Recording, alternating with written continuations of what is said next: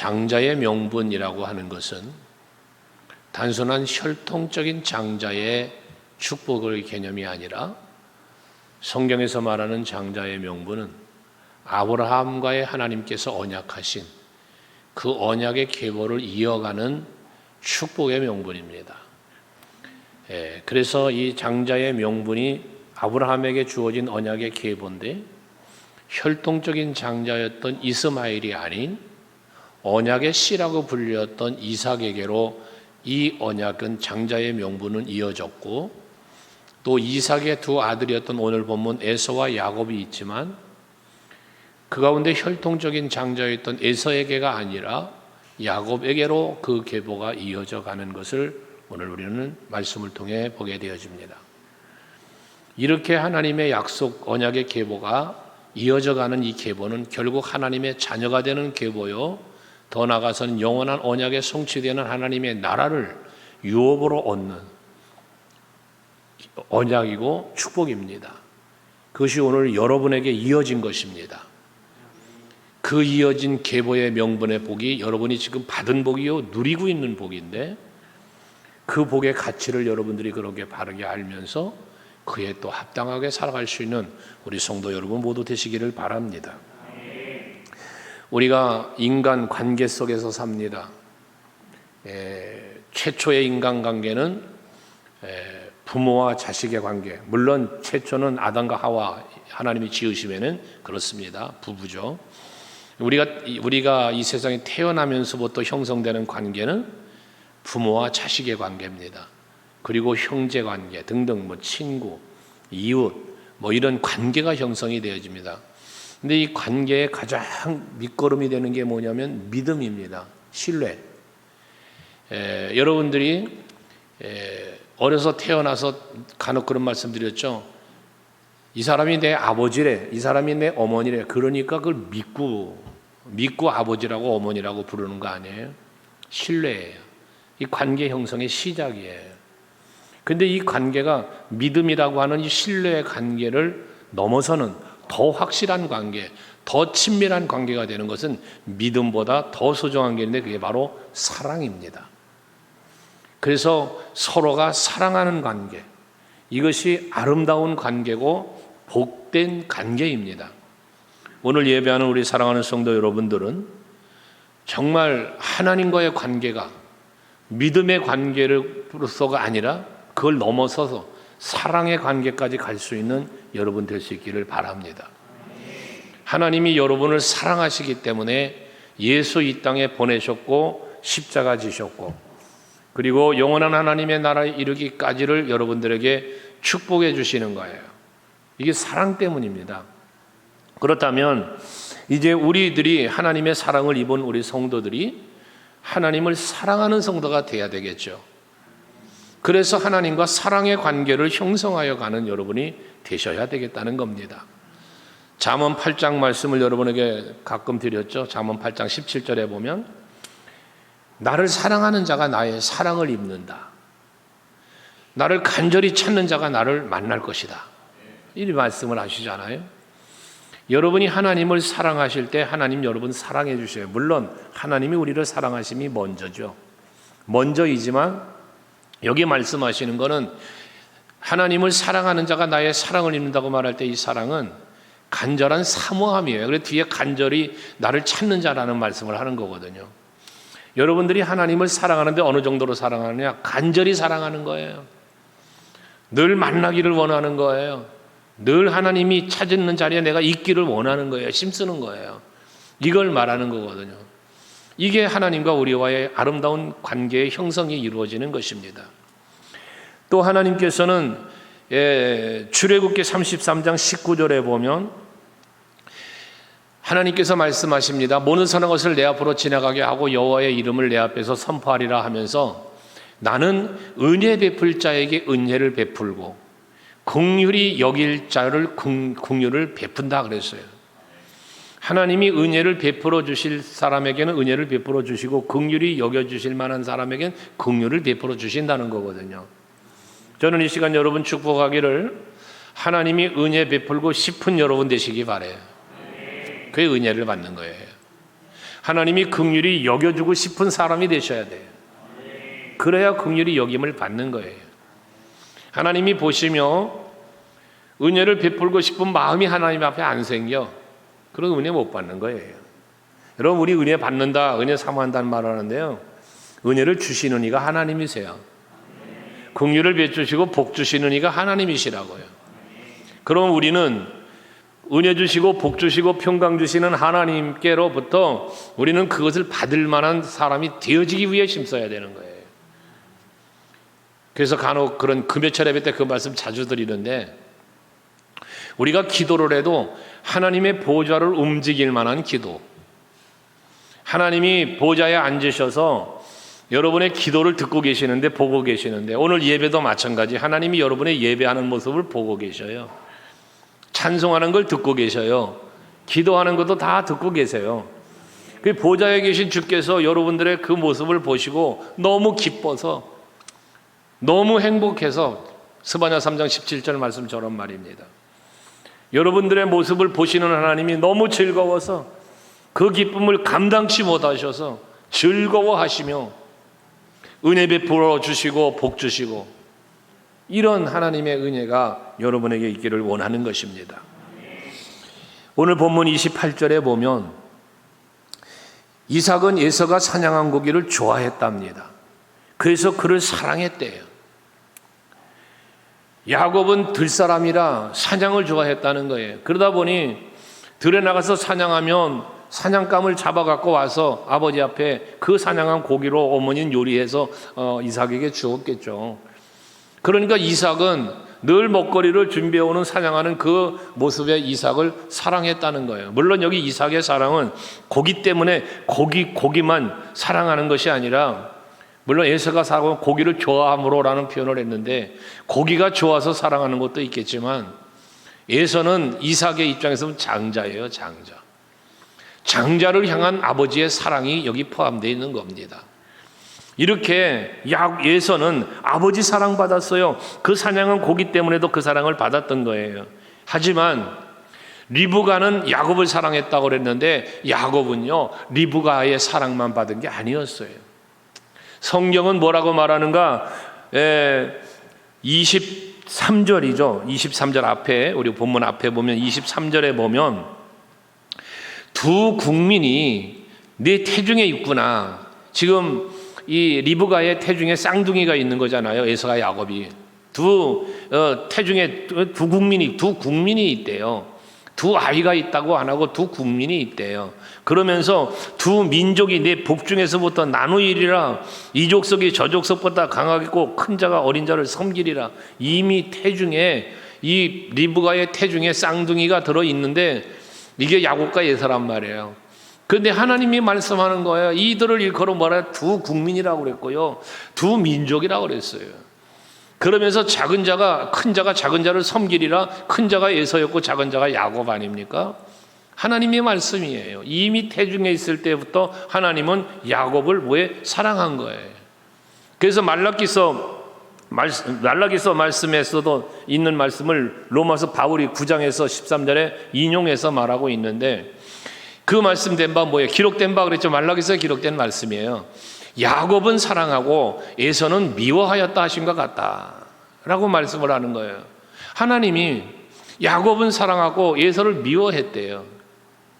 오늘 본문으로 와서 보면 에서는 이삭의 사랑을 받았어요. 당시에 아버지의 사랑받는 것은 장자가, 혈통적인 장자가 누리는 축복이에요.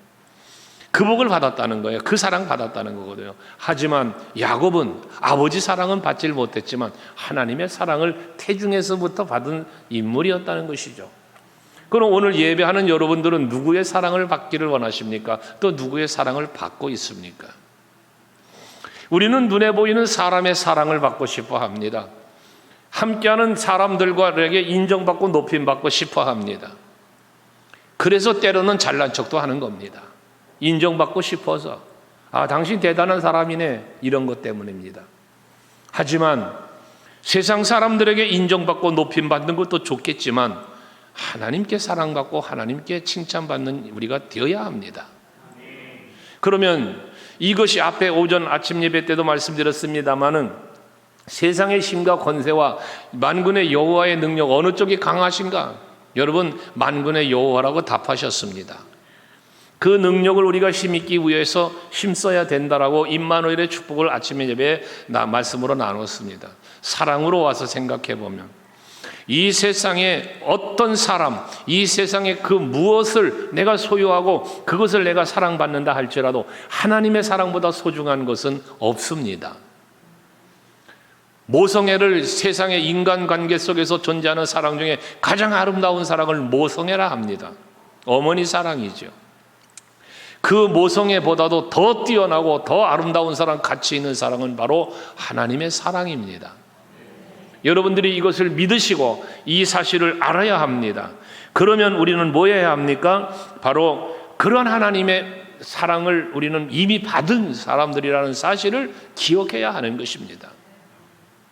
이사야서 41장 14절 말씀에 보면 버러지 같은 너 야곱아 그래요. 버러지 같은 너 야곱아. 야곱, 오늘 본문에 나오는 야곱을 거라는 말입니다. 버러지 같은 야곱이라 합니다. 이 개역개정 성경이고요. 전에 성경에 뭐라고 해석했습니까? 지렁이 같은 너 야곱이라고 그랬습니다. 미천한 존재였음을 말하는 겁니다. 야곱을 일컬어 그랬습니다.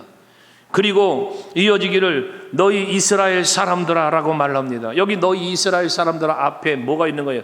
버러지 같은 야곱아, 버러지 같은 너 이스라엘 족속들아 사람들아 라고 말하는 것입니다.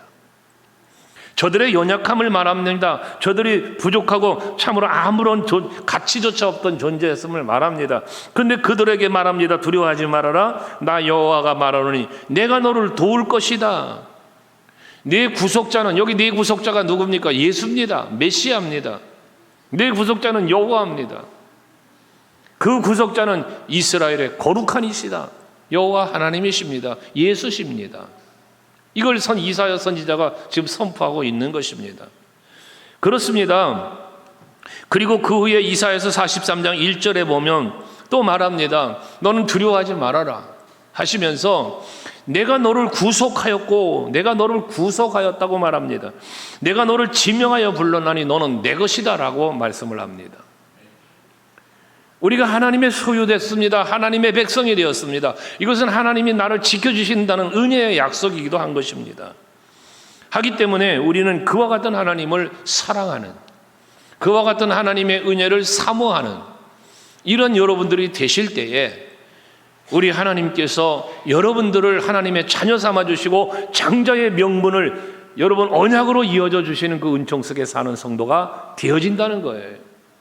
하기 때문에 우리는 항상 하나님 앞에 택함을 입고 사랑을 입었다는 사실, 그래서 우리는 오늘 여기 야곱과 에서의 사이에서 이 말씀되어지고 있는 장자의 명분을 얻었다는 이 사실을 감사하면서 그 은혜에 합당한 삶을 살아갈 수 있는 우리들이 되어야 한다는 것이죠. 그렇다면 여기서 말하는 이 장자의 명분, 앞에 잠깐 말씀드렸습니다만 이 장자의 명분이라고 하는 이 가치를 우리가 바르게 알아야 돼요. 그래야만 하나님이 내게 주신 은혜가 얼마나 큰 은혜며 값진 것인가를 알게 되는 것이거든요. 이 장자의 명분의 가치, 여러분 한번 가만히 생각해 보시기 바랍니다. 요즘 세상이 얼마나 완악해지고 있습니까? 노아 홍수의 심판 때처럼, 소돔성의 멸망의 때처럼이라는 표현들을 많이 합니다. 지금 이 시대가 그렇게 완악해지고 있습니다. 여러분 성도들의 세상 사람들이 그런 게 아니라 성도들의 심령이 그래집니다. 죄악으로 가득 채워집니다. 그렇게 완악해지고 악해지다 보니까 사람들이 바라보고 추구하는 것이 뭡니까? 세상 것으로 자꾸 치우칩니다. 노아 홍수의 심판 때에 우리 앞에 묵상했잖아요. 창세기 6장에 세상의 사람들이 계획하는 것이 항상 악할 뿌림을 보시고라는 말씀을 했잖아요. 세상의 죄악이 관영했다, 가득했다 이런 표현을 했고요, 성경에. 이것이 무엇을 말합니까? 생각하는 것이, 계획하는 것이 전부 다 어디에 치우쳐 있다? 세상에 빠져 있다는 거예요. 세상에. 그러다 보니까 세상에 빠져 있다 보니까 세상에서 가장 힘이 있고 세상에서 가장 내게 도움이 될 만한 것을 무엇으로 찾습니까? 돈에다가 물질에다 두고 있다는 말이에요. 그러다 보니 물질 만능주의라고 하는 이러한 단어까지 나오게 되어지는 거예요. 돈이면 다 해결된다는 거예요. 이런 생각을 갖는다는 거예요. 누가? 세상 사람들이 아니라요, 여러분, 그리스도인들조차 이래 되어져 버린다는 말입니다.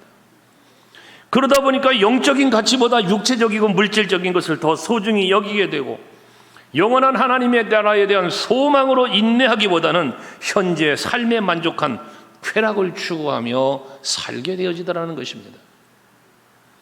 지금 내가 행복하고 지금 내가 즐거워야 됩니다.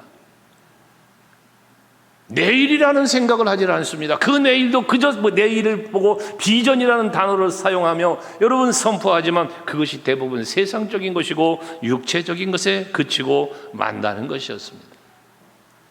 오늘날 우리 세상이 그렇습니다. 오늘날 교회와 성도들이 그렇게 가고 있습니다. 오늘 본문에서 예수는 팥죽 한 그릇의 장자의 명분을 야곱에게 팔았습니다.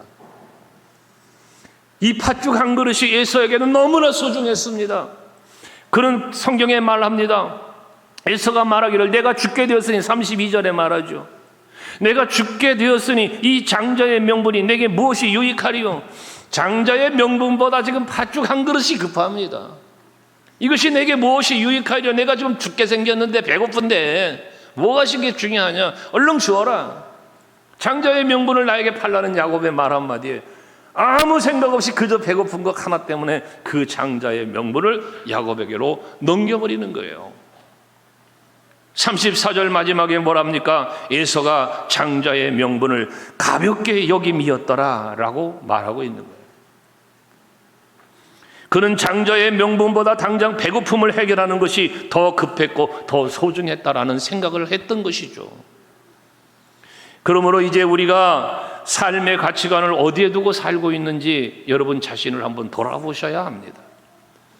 여러분들은 여러분들의 인생, 여러분들의 삶의 가치관을 어디에 두고 있습니까? 한번 여러분 생각해 보십시오. 잠시 있다 사라질 육체와 세상의 욕구에 빠져 살고 있다면 여러분들의 삶의 가치관은 어디에 있습니까? 세상에 있는 겁니다. 육체에 있는 것입니다. 우리는 예수 그리스도를 통하여 우리에게 약속하신 영원한 하나님의 나라를 내 삶의 목표로, 목적으로, 가치관으로 두고 하늘의 소망을 두고 살아갈 수 있는 성도 여러분들이 되셔야 하는 겁니다. 골로새 교회를 향하여 바울은 말합니다. 너희는 위의 것을, 땅의 것을 생각지 말고 위의 것을 생각하라. 위의 것을 찾으라 라고 말씀을 합니다. 위의 것이 어디 것입니까? 이것이 하나님 나라입니다. 여러분 마음속에 하나님 나라가 있습니까? 여러분의 인생에 추구하는 목적이 하나님의 나라에 있습니까? 이것이 있어야 되는 겁니다. 그래야만 장자의 명분이라는 이 가치를 소중히 여기는 겁니다. 그 엄청난 가치가 되는 장자의 명분을 그리스도 예수를 통하여 내게 주신 하나님의 은혜를 감사할 수 있게 되어지는 것입니다. 사도 바울은 율법의 가치를 알았습니다. 그 율법을 최고로 여기며 살았습니다. 그러나 다메섹 도상에서 예수를 만난 후에는 이 율법의 가치와 율법을 최고로 여기던 그가 그 가치관이 바뀌기를 시작했습니다. 그의 삶의 목적과 목표가 바뀌었습니다. 그는 율법을 아는 박식한 지식인으로 그는 자랑했습니다. 나는 베냐민의 지파요 시브리인 중에 시브린이요 가말리엘의 문하생이고 등등 그는 자랑거리가 많았던 사람이었습니다. 하지만 예수를 만난 뒤에 그의 가치관이 바뀌니까 그 모든 자랑거리는 배설물로 여겼다고 말하지 않습니까? 그리고 그는 빌립보서 3장 14절에 표대를 향하여 그리스도 예수 안에서 하나님 위에서 부르신 부름의 상을 위하여 달려가노라. 목표가 달라졌습니다. 삶의 가치관이 바뀌니까 삶의 목적이 달라지고 목표가 달라지는 것이었습니다. 오늘 시간 예배하는 여러분, 거칠의 신앙생활하지 맙시다. 여러분들의 인생의 가치관, 삶의 목적, 이 가치관을 어디에 두고 사느냐, 우리 신앙생활의 핵심 포인트입니다. 세상의 예수를 믿지 않는 자가 다를 바 없이 모든 가치관을 이 세상에 두고 산다면, 육체에 두고 산다면 우리는 그리스도인으로서의 존재감 자체가 막 상실되어 버리고 마는 겁니다. 아까 우리 김만곤 안수 집사님 찬양한 것처럼 이 찬양이 제 친구 목사가 만든 곡이에요. 그 친구가 늘 저에게 이 목사 이 찬양 만들었어, 한번 좀 들어봐. 그래 줘가지고 제가 늘 듣는 찬양 중에 하나인데 오늘 또 편곡까지 해가지고 뭐 고백을 자기가 또 했더만. 근데 여러분 그렇잖아요. 내가 왜 예수 따라가는 그 길을 갑니까? 왜 그 길을 가야 합니까? 이유가 무엇입니까? 그 길이 가치 있는 길이니까, 그 길이 생명의 길이니까, 그 길이 하나님이 나에게 약속한 장자의 명분을 이루는 누리는 그 길이니까. 그거 아닙니까? 이 기본적인 아주 베이직한 이것이 우리 안에 딱 새겨져 있어야만 내 생각과 내 삶이 거기서부터 바뀌기 시작하는 거예요. 이 가치관이 바뀌지 않으니까 모든 것이 안 바뀌는 겁니다. 그저 똑같은 겁니다. 예전과 지금이 다를 바가 없는 겁니다. 어제와 오늘이 다를 바가 없는 겁니다. 변화가 안 됩니다. 교회는 다닌다니까요. 예배한다니까요. 기도도 한다니까요. 아멘도 한다니까요. 근데 문제가 뭐냐? 삶의 변화가 일어나지 않는다는 거예요. 이유가 뭐라? 가치관이 바뀌지 않고 있기 때문이다 그 말이에요. 가치관. 에베소 교회에 편지하는 바울은 에베소 4장 22절 24절까지의 말씀을 보면 많은 분들 암송하시죠? 같이 읽어볼까요? 시작. 너희는 유혹의 욕심을 따라 썩어져가는 옛사람을 벗어버리고 오직 너희의 심령이 새롭게 되어 하나님을 따라 의와 진리의 거룩함으로 지으심을 받은 새 사람을 입어라. 변합니다. 이거 변화를 말하는 겁니다. 여러분 예수 믿고 옛사람을 얼마나 벗어던졌습니까? 우리가 신앙생활하면 해를 거듭하고 있는데 여러분 예수 믿기 시작한 지 수십 년 되신 분도 계시잖아요. 어린 시절부터 예수 믿었다고. 우리 집사님들 어떤 분들 보면 뭐 학창 시절부터 우리 교회 다녔다고. 그러면 그 오랜 시간 신앙생활 다니면서 여러분들 무엇이 어떻게 변했습니까? 여러분의 가치관이 얼마나 변했습니까? 여러분 삶에 무엇이 얼마나 변했습니까? 직분만 변한 것 아닙니까 혹시? 여러분 신앙관이 변화돼야죠. 내 인생의 가치관이 변화가 돼야죠. 그게 중요한 것 아니겠습니까? 장자의 명분, 하나님의 자녀가 되는 것, 영원한 하나님의 나라를 유업으로 받는 것, 이게 얼마나 값진 것인지에 대한 가치관, 우리 그 가치관을 확보해야 됩니다. 이 생각이 여러분들에게 아주 각인되어 있어야 합니다. 각인. 그러면 모든 게 변화가 일어납니다. 멋진 하나님의 마음을 감동시킬 만한 삶이 거기서 이루어지는 것입니다. 이 장자의 명분의 가치를 알고 보니까 와, 이거 대단한 거예요. 이거 너무나 기가 막힌 거예요. 세상에 그 무엇과 바꿀 수가 없는 거예요. 이게 그 주 예수보다 귀한 것은 없네. 이 세상 행복도, 이 세상 명예도, 이 세상 부귀와도 바꿀 수 없네. 그런 찬양 우리가 하잖아요. 이 받은 것이 은혜의 힘을 하는 거예요. 은혜의 힘을. 가치를 알 때 여러분 보세요. 아주 가벼운 선물 하나 받는 거 하고요,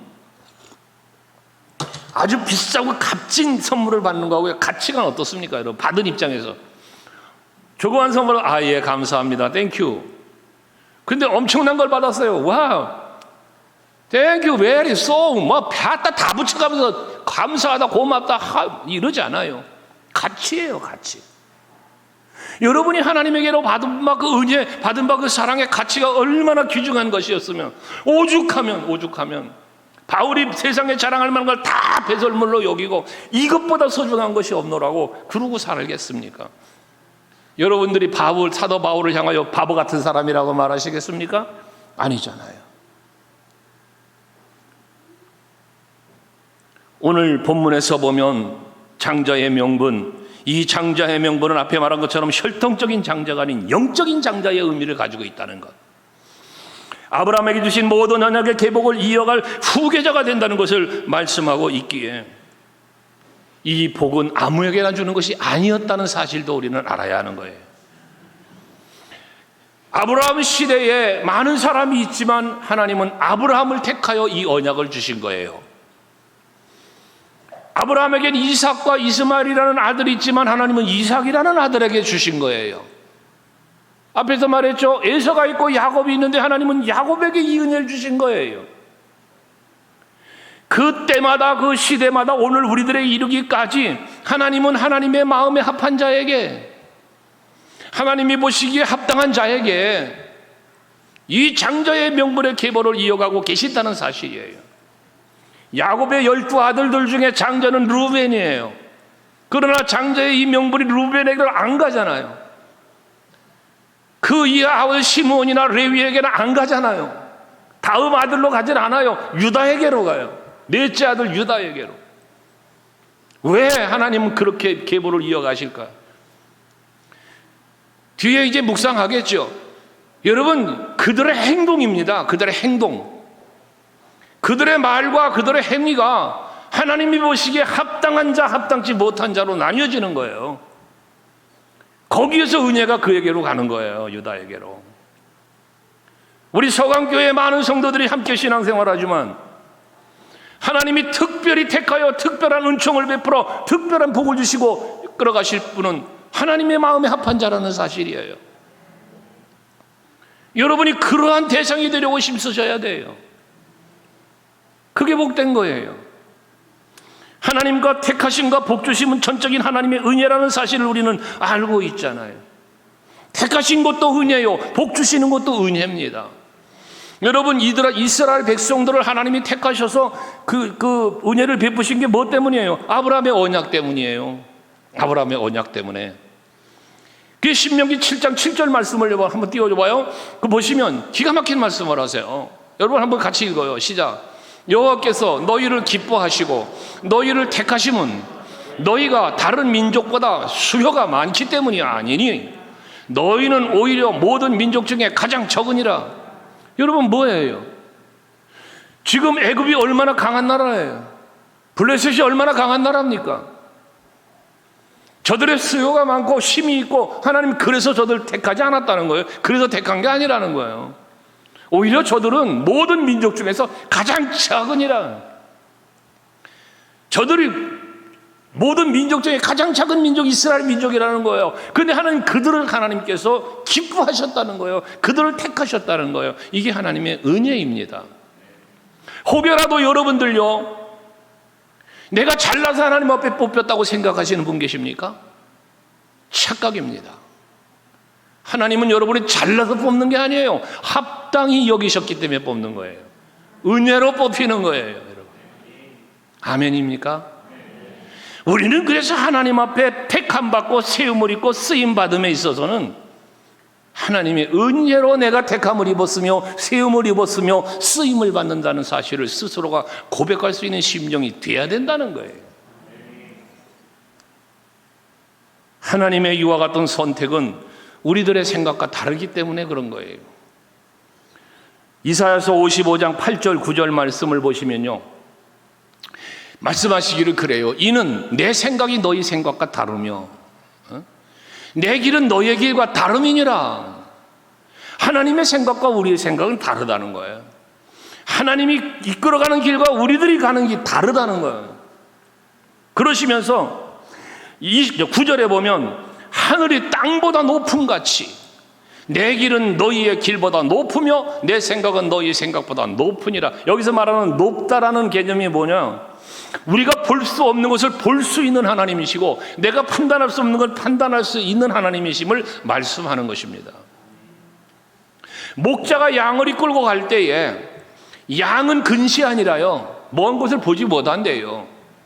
근데 후각이 발달되어서 리더의 그 냄새를 맡고 따라간다는 거예요. 청각이 발달해서 목자가 부메랑 같은 방망이를 던지면 그 던지는 휙 하는 소리를 듣고 아, 저기로 가는구나 하고 따른다는 거예요. 양무리들이요. 그 양은 보지를 못하는데 목자는 뭐예요? 보는 거예요. 양무리는 땅 속에서 풀만 뜯어먹고 사는 거예요. 근데 목자는 서서 보는 거예요. 아, 저쪽에 푸른 초장이 있구나. 아, 저기 물가가 있구나. 내가 이 양무리를 끌고 가야겠구나 하고 목자는 끌고 가는 거예요. 여길 따라가는 게 약물이거든요. 여호와 하나님은 우리에게 이걸 요구하시는 거예요. 왜 여호와는 나의 목자라고 여호와를 말씀하며 왜 푸른 초장 실만음가로 인도한다는 표현까지 고백하게 하십니까? 여러분, 이것이 다윗의 고백이 끝나는 게 아니잖아요.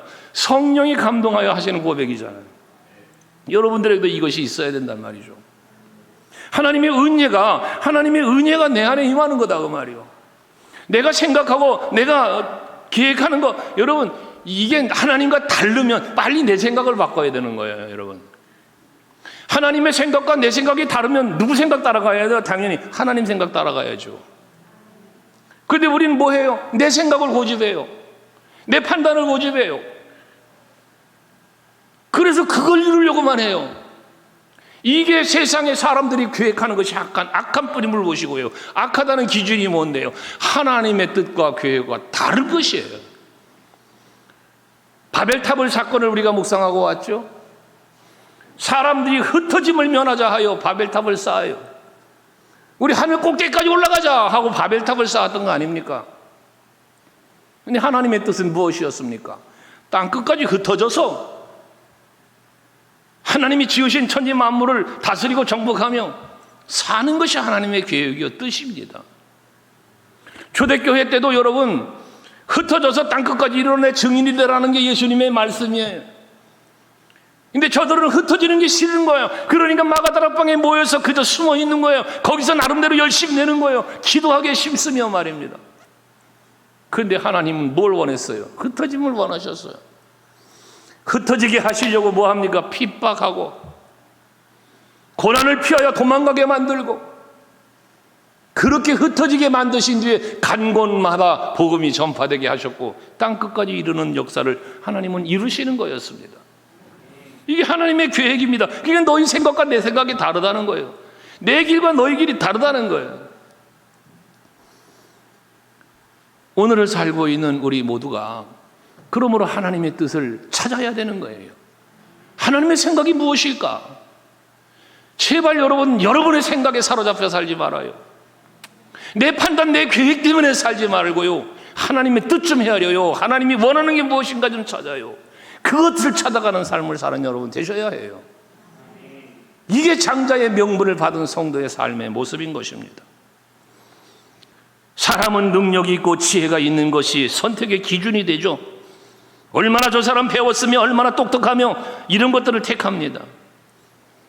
그러나 하나님은 세상의 지혜와 세상의 이 판단하는 기준을 것으로 찾지 아니하시고 부족하고 연약한 자를 택하셨고 그들에게 힘을 주시면서 하나님의 뜻을 이루어 가셨던 것을 보게 되어집니다.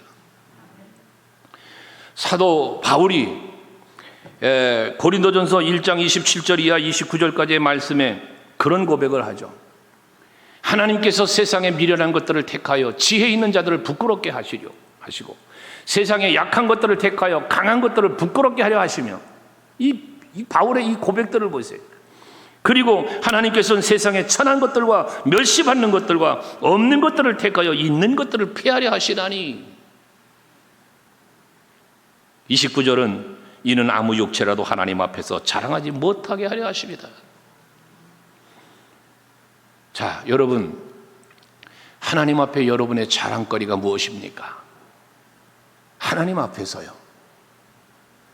여러분, 하나님 앞에서 여러분의 자랑거리가 무엇이냐고요. 사람 앞에 여러분의 자랑거리 있을 수 있죠. 뭐 세상적인 조건들 많이 있을 수 있습니다. 명예가 자랑거리일 수 있고, 번세가 자랑거리일 수 있고, 부요함이 자랑거리일 수 있고, 여러분이 소유한 세상적인 것들, 이 모든 것들이 자랑거리일 수 있습니다. 오죽하면 반지에 가락지 하나 끼고도 생선집에 가서 가락지 자랑하려고 고손가락 갖고 요거 얼마요? 라고 묻는다지 않습니까? 세상의 자랑거리, 세상의 자랑거리요. 하나님 앞에서 자랑할 것이 무엇이냐 말이요. 여러분이 하나님 앞에 서는 날에, 하나님 앞에 내가 하나님이여 이렇게 살았습니다, 내가 믿음을 지켰습니다, 선한 싸움 싸웠습니다, 내가 하나님의 뜻을 분별하며 살기 위하여 이렇게 힘쓰고 애썼습니다 라며 자랑할 것이 과연 있느냐라는 것입니다. 하나님 앞에 자랑할 것을 만들며 사세요.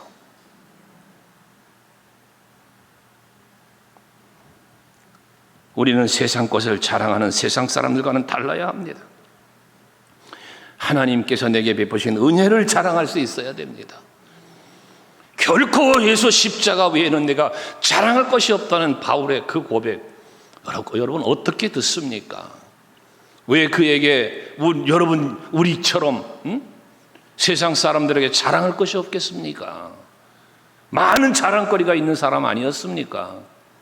근데 그 자랑거리를 배설물로 버렸다지 않습니까?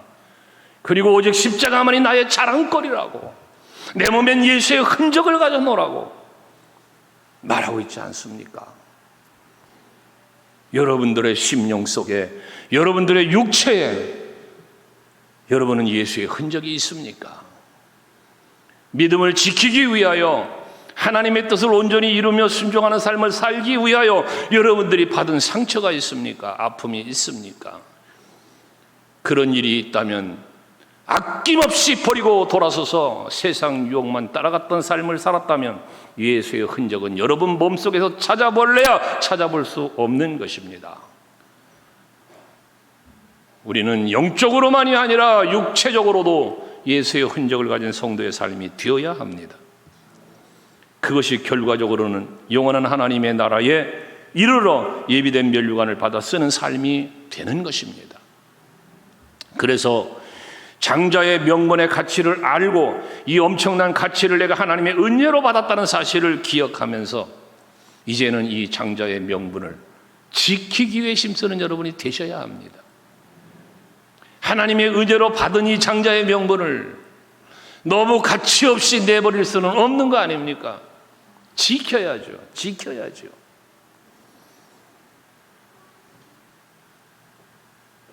삶의 목적이 우리들의 인생의 방향이 되는 것 아닙니까? 그 삶의 목적이 우리에게 살아갈 의미를 부여해 주는 거 아닙니까? 삶의 목적이 분명하지 못한 사람은 그저 쾌세라세라, 될 대로 되라, 그저 그날그날을 삽니다. 삶의 목적이 없는 사람에겐 미래가 없습니다. 내일이 없습니다. 신앙생활도 똑같습니다. 우리에게 장자의 명분을 은혜로 주신 하나님이 우리를 위하여 예비된 하나님의 나라, 하나님의 나라의 면류관, 이 모든 것을 가치 기준으로 바라볼 때 여러분 그에 합당한 삶을 살게 되어진다 말씀입니다. 우리들이 살아가는데 재물은 좋은 것이죠. 꼭 필요한 것이죠. 하지만 그 좋은 것이라 할지라도 그것이 목적에, 올바른 목적에 쓰여져야만 그것이 좋은 것입니다. 유익한 것입니다. 아무리 돈이 좋은 것이라 할지라도 그것이 올바른 목적에 쓰여지지 않는다면 그것은 악의 축이 악의 도구가 되고 마는 것입니다. 어떤 분이 그런 말을 했습니다. 돈이 없어서 고통당하는 사람은 있어도 돈이 없어서 인생이 망하는 사람은 많지 않다. 그런데 반대로 돈이 많아서 이것 때문에 인생이 망가지는 경우가 오히려 더 많다. 돈이 없어서 인생이 망가지는 사람도 있겠죠. 그러나 그보다 돈이 너무 많아서 인생이 망가지는 사람이 오히려 더 많다라는 글을 써놓은 글을 읽었습니다. 천국의 소망을 가진 사람은 세상의 문제로 근심하지 않고요, 사도 바울처럼 흔들리지 않는 소망의 삶을 살게 되어지는 거예요. 그러니 장자의 명분을 은혜의 선물로 받은 성도답게 하나님 나라를 소망하며 사는 여러분 될 수 있기 바랍니다. 돌아갈 집이 없이 사는 사람, 이 참 비하는 말이 아닙니다. 노숙자라 하죠. 노숙자. 집이 없어요. 돌아갈 집이 없어요. 그러니 길거리에서 자는 거예요. 노숙자라고 해요. 노숙자. 그러나 돌아갈 집이 있으면 길거리에서 잠을 잔다 할지라도 그 사람은 여행객이에요. 여행객. 왜? 돌아갈 집이 있으니까요. 길거리에서 잠을 자든 남의 집에 가서 밥 한 그릇을 얻어먹든 돌아갈 집이 있는 사람은 그 고난과 그 고생한 것들이 그의 체험이 되고 그것이 간증이 될 수 있는 거예요. 돌아갈 집이 있는 사람은. 여러분, 저와 여러분은 돌아갈 집, 영원한 하나님의 나라가 있잖아요.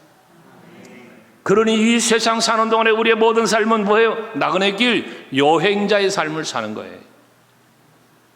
지금 잠시 힘들어서 먹을 것이 없어요. 잠잘 것이 없어요. 뭔가 힘들고 고통 속에 있어요. 걱정할 거 없어요. 돌아갈 집이 있어요. 그런데 돌아갈 집이 없는 인생, 나는 아파트가 있습니다. 나는 좋은 집이, 궁궐 같은 집이 있습니다. 그 집으로는 돌아갈 수 있을지 모르나 영원한 하나님의 나라의 집은 들어가지 못한다면 그 사람은 노숙자에 불과한 겁니다. 예수께서는 빌라델피아의 교회를 칭찬할 때에 계시록 3장 11절 말씀에 보면 내가 속히 오리니 내가 가진 것을 굳게 잡아 아무에게도 내 면류관을 빼앗지 못하게 하라 그랬습니다. 여러분, 여기 이 너에게 주어진 이 면류관, 이게 장자의 명분 아닙니까? 이게 하나님의 나라에서 여러분들을 향하여 예비된 이 보장된 그 하나님의 선물 아닙니까? 이걸 빼앗기지 않도록 하라. 빼앗기지 못하게 하라. 마귀가 여러분 마음을 빼앗아요. 여러분의 눈, 시선을 뺏어가요. 마귀에게 뺏기는 순간 여러분 시드기야 왕처럼 눈 뽑히는 거예요. 여러분 마음이 마귀에게 뺏기는 순간 여러분들 모든 것을 잃는 거예요. 마귀에게 빼앗기지 않도록 힘쓰는 여러분이 되셔야 해요. 그래서 사도 바울은 에베소서 6장 11절에 마귀의 간계를 능히 대적하기 위하여 하나님의 전신갑주를 입어라. 말씀으로 여러분 무장하셔야 돼요. 그래야 마귀가 여러분 마음을 못 뺏어요. 여러분들이 누려야 할 그 기쁨과 즐거움과 평안을 못 뺏어가요. 그래야 자꾸 여러분 시선을 세상을 향하게 만들어요. 육체를 향하게 만들어요. 사람을 보게 만들어요. 우리는 눈을 들어 주를 봐야 돼요. 여러분들을 향하여 두 팔 벌리시고 여러분들을 부르시며 여러분 안위하시는 그 주님의 손길을 느끼는 여러분이 되셔야 해요. 그래야 여러분 이 면류관 뺏기지 않아요. 그래야 마귀의 유혹을 이길 수 있어요. 히브리서 12장 2절 말씀에 믿음의 주여 온전케 하시는 인 예수를 바라보자. 여러분 예수 바라보셔야 돼요.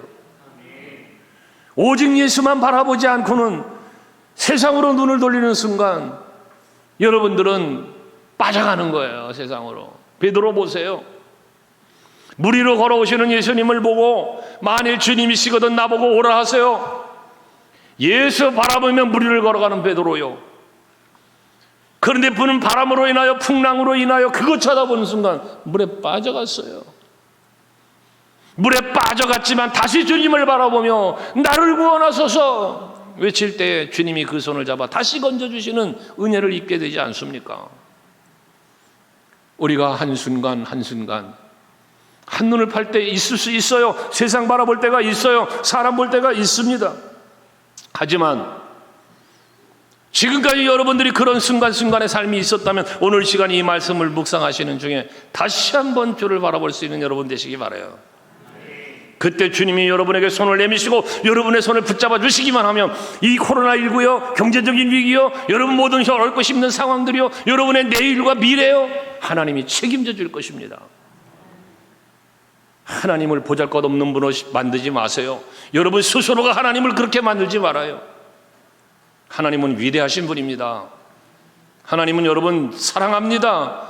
여러분을 이렇게 복 주시길 원하고 생명의 길로, 복된 길로, 영원한 영생의 길로 인도하시기 위하여 십자가까지 지신 분입니다. 그러니 믿음의 주여 온전케 하시는 예수를 바라보자는 것입니다.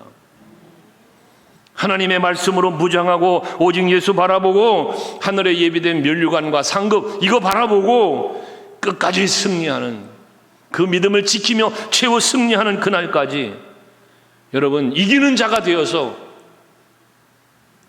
행복한 인생을 누리며 살아가는 여러분 모두 되시기를 주의 이름으로 축복합니다. 주를 바라봅시다. 오직 예수 바라봅시다. 내 인생의 목적, 내 인생의 가치관을 예수께 한번 두어보자고 말이요.